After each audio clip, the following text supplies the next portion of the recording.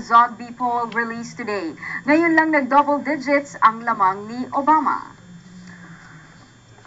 Ang administrasyong sinasabing ayaw mag-eleksyon at mas gusto daw mag-tsa-tsa. Mukhang may minamanok na ngayong kandidato for 2010 at hindi ito si VP De Castro.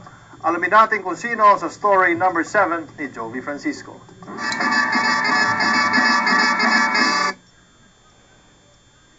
Habang nag-iingay na ang mga maagang nakaporma para sa 2010 presidential elections, may isang tatahi-tahimik pa rin pero palagi ang kasali sa mga sinasabing posible.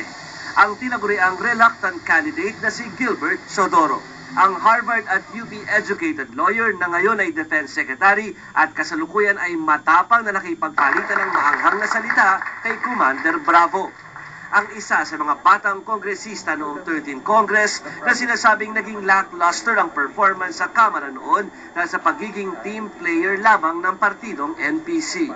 Panahon na raw para umaksyon si Sodoro. Ito ay kahit allergic pa itong magkomento tungkol sa kanyang mga plano sa darating na eleksyon. Pero maski ang Malacanang, bukas sa posibilidad na siya ang gawing manok nila sa eleksyon. He is a very capable and qualified person in government and nothing should prevent him from seeking higher office.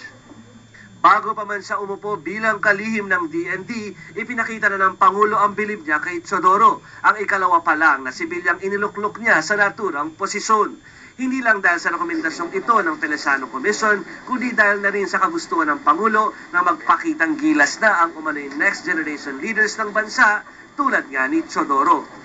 Pero ang hamon kay Sodoro sa ngayon ay kung mas kailangan pa niya na maitaas ng hindi popular na Pangulo ang kamay niya sa entablado o tama na ang backing ng kanyang kilalang kingmaker na uncle para isulong ang kandidaturang ang pangunahing bentahe raw sa ngayon ay ang kanyang pagiging alternatibo sa may ingay na trapo.